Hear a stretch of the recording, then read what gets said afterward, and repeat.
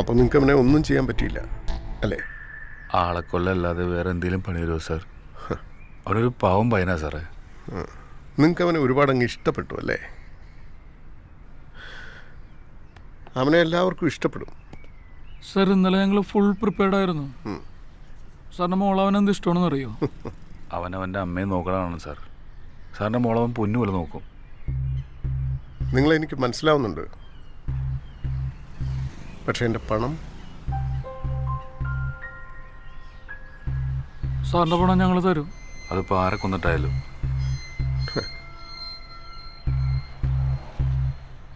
മനീഷ് നല്ല പയ്യനാ,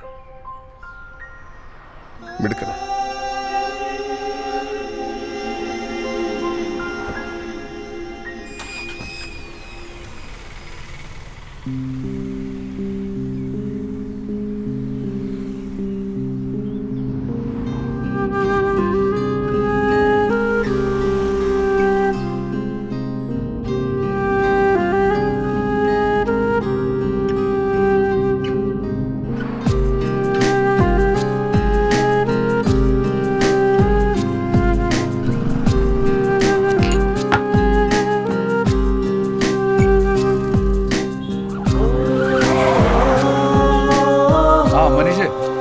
ചേട്ടാ, അമ്മയെ റൂമിലേക്ക് മാറ്റി കേട്ടോ. ആ പിന്നെ ജീന വിളിച്ചായിരുന്നു. അവളുടെ ഡാഡി ഞങ്ങളുടെ കല്യാണത്തിന് സമ്മതിച്ചെന്ന്. ഓ കലക്കിലോ. പിന്നെ അപ്പൊ എന്തായാലും ഇന്ന് നമുക്കൊന്ന് സെലിബ്രേറ്റ് ചെയ്യണ്ടേ? പൊളിക്കാം നമുക്ക്. അപ്പൊ കിരിച്ചേട്ടനോടും കൂടെ ഒന്ന് പറഞ്ഞേക്കെ. ഓ ശരി ശരി ശരി, ഞാൻ തിരിച്ചെത്തിയിട്ട് വിളിക്കാം. ഓ എടോ, ആ ശ്രീകുമാർ സാർ തങ്കപ്പെട്ട മനുഷ്യനാടോ. ആള് കല്യാണത്തിന് സമ്മതിച്ചു. ആണോ? ആ, അവന്റെ അമ്മയും സുഖായി.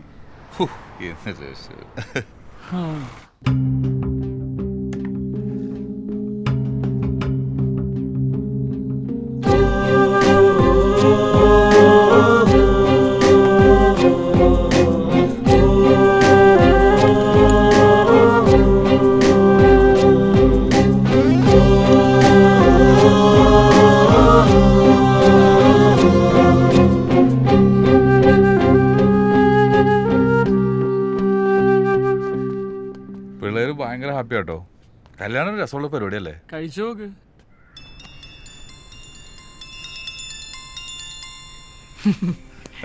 കല്യാണത്തിന്റെ കാര്യം പറഞ്ഞേ ഉള്ളൂ. എന്റെ ഭാര്യ. ആ ഹലോ, എന്തൊക്കെയുണ്ട്? ചേട്ടൻ എവിടെയാ? എന്താ വിളിച്ചിട്ട് എടുക്കാത്തെ?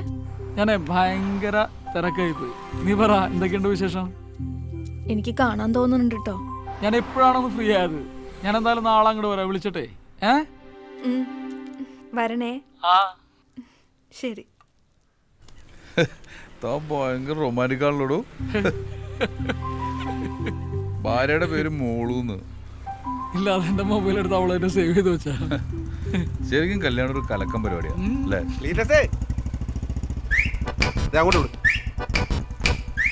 കാറ്റും കൊണ്ടിരിക്കുക ആശാര്.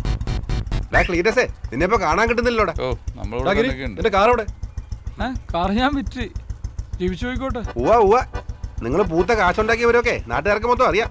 അവിടെ അറിഞ്ഞോ? പിന്നെ നമ്മൾ തമ്മിൽ ചില പ്രശ്നമൊക്കെ ഉണ്ടായിരുന്നു, അത് വിട്ടുകളാ. എടാ, ഫണ്ട് ഓവർഫ്ലോ കുറച്ച് ഇങ്ങോട്ട് പലിശാരാടാ. നീ പൊക്കോ, കുറച്ച് സന്തോഷിച്ചിരിക്കുക. അതെ, ശരിയാ. ഒരു ഉളുപ്പില്ലാത്ത നാറികളല്ലേ. പലിശയും പലിശയുടെ പലിശയും കൊണ്ട് ഉണ്ടാക്കിയ കാശാ. ലീറ്റസ്,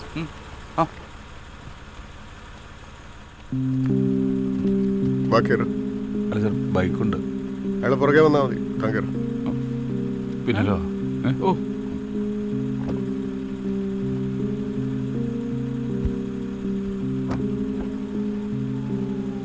വരൂല്ലേ? വരാം വരാം.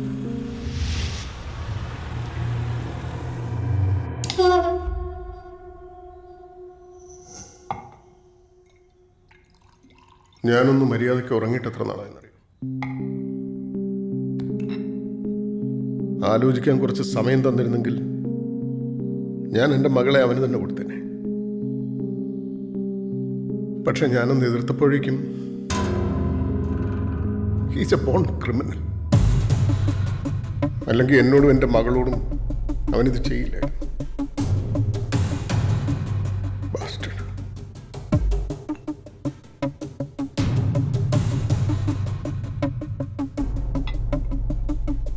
1 കോടി രൂപ അവൻ എന്നോട് ചോദിച്ചത്. എന്തിനാ? Black mailing. കഴിഞ്ഞ 1 മാസമായിട്ട് അവൻ എന്നെ ബ്ലാക്ക് മെയിൽ ചെയ്തുകൊണ്ടിരിക്കുക. സഹിക്കാൻ പറ്റാത്ത ടോർച്ചറിങ് ആണ്.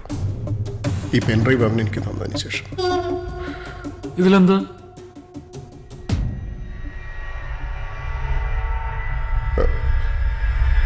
അതിലെന്തോ വീഡിയോ ആണ്. അവൻ്റെയും എൻ്റെ മോളുടെയും.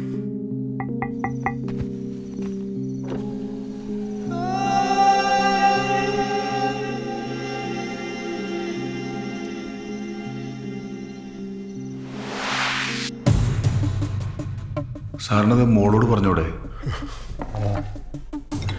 അവൾ പിന്നെ അത് മനീഷിനോട് ചോദിച്ചാൽ ആ പെൻഡ്രൈവിലുള്ളത് ലോകം മുഴുവൻ കാണും. അവനത് എന്നോട് പറഞ്ഞിട്ടുണ്ട്.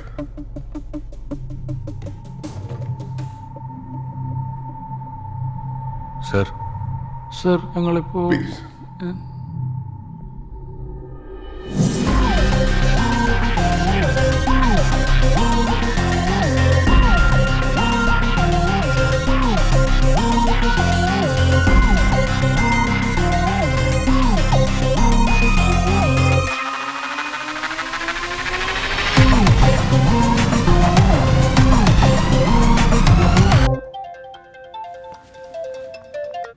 എടി നീ എവിടെത്തി?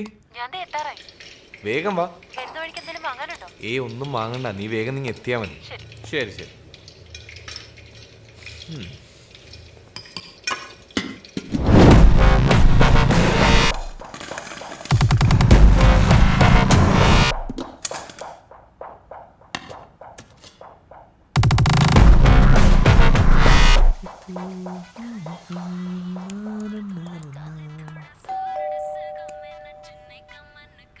എത്തി?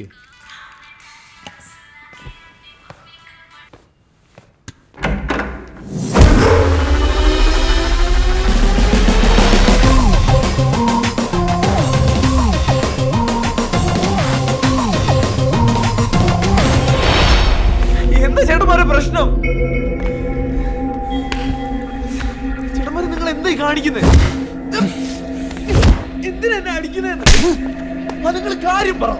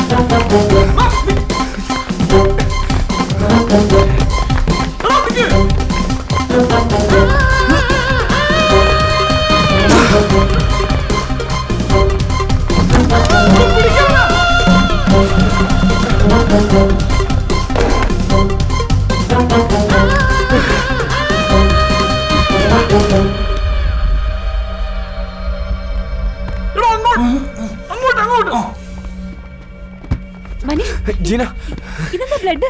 ഒന്നുമില്ല, നീ വാ. മനീഷ്, ജീന, നീ വാ. നീ എന്താ പറ്റിയത് പറ. ഞാൻ പറയാം, നീ വണ്ടി കേറ്.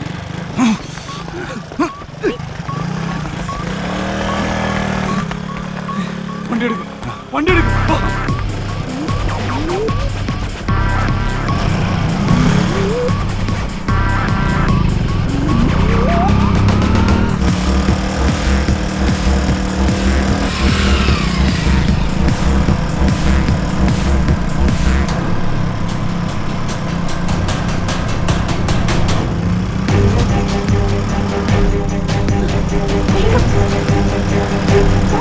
വേഗം പോ.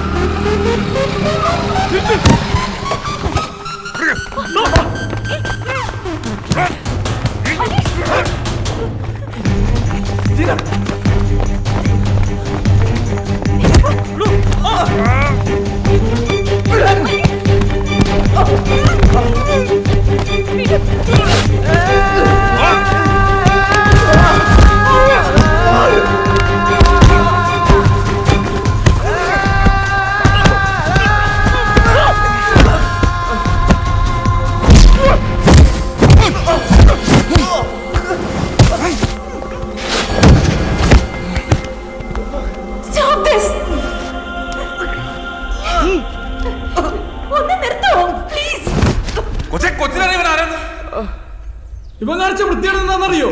അറിയോ? എനിക്കറിയാം.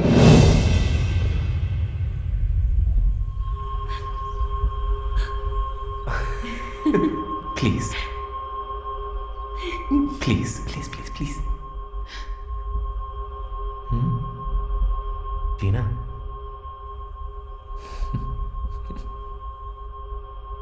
Gina, നമുക്കിത് വേണോ? I'm really not sure about this. ഇപ്പൊ നീ ഇത് ചെയ്യേ. We'll see later. എടീ നിന്നേക്കാം. പറ. മാരേജിന്റെ കാര്യം പറഞ്ഞപ്പോ ഡാഡി സമ്മതിച്ചില്ല. ഞാൻ ഒരുപാട് റിക്വസ്റ്റ് ചെയ്ത് നോക്കി. ഡാഡിക്ക് അത് ആക്സെപ്റ്റ് ചെയ്യാൻ ബുദ്ധിമുട്ടായിരുന്നു.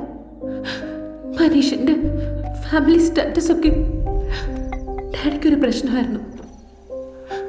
ആ സിറ്റുവേഷനിൽ ഞങ്ങൾക്ക് അങ്ങനെ ചെയ്യാനും തോന്നിയത്.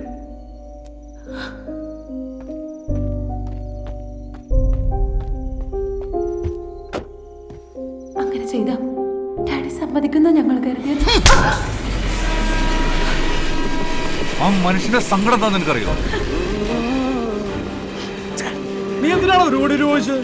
ചേട്ടാ ഞങ്ങളത് അങ്ങനെ ഉദ്ദേശിച്ചു എന്തായാലും നീ ചോദിച്ചില്ല. നീ പൈസ ചോദിച്ചോ ഇല്ലയോ? അത് എന്റെ സെൽഫിഷ്നെസ് ആയിരുന്നു. ഞങ്ങൾക്ക് ലൈഫ് സ്റ്റാർട്ട് ചെയ്യാൻ അത് ആവശ്യമായിരുന്നു.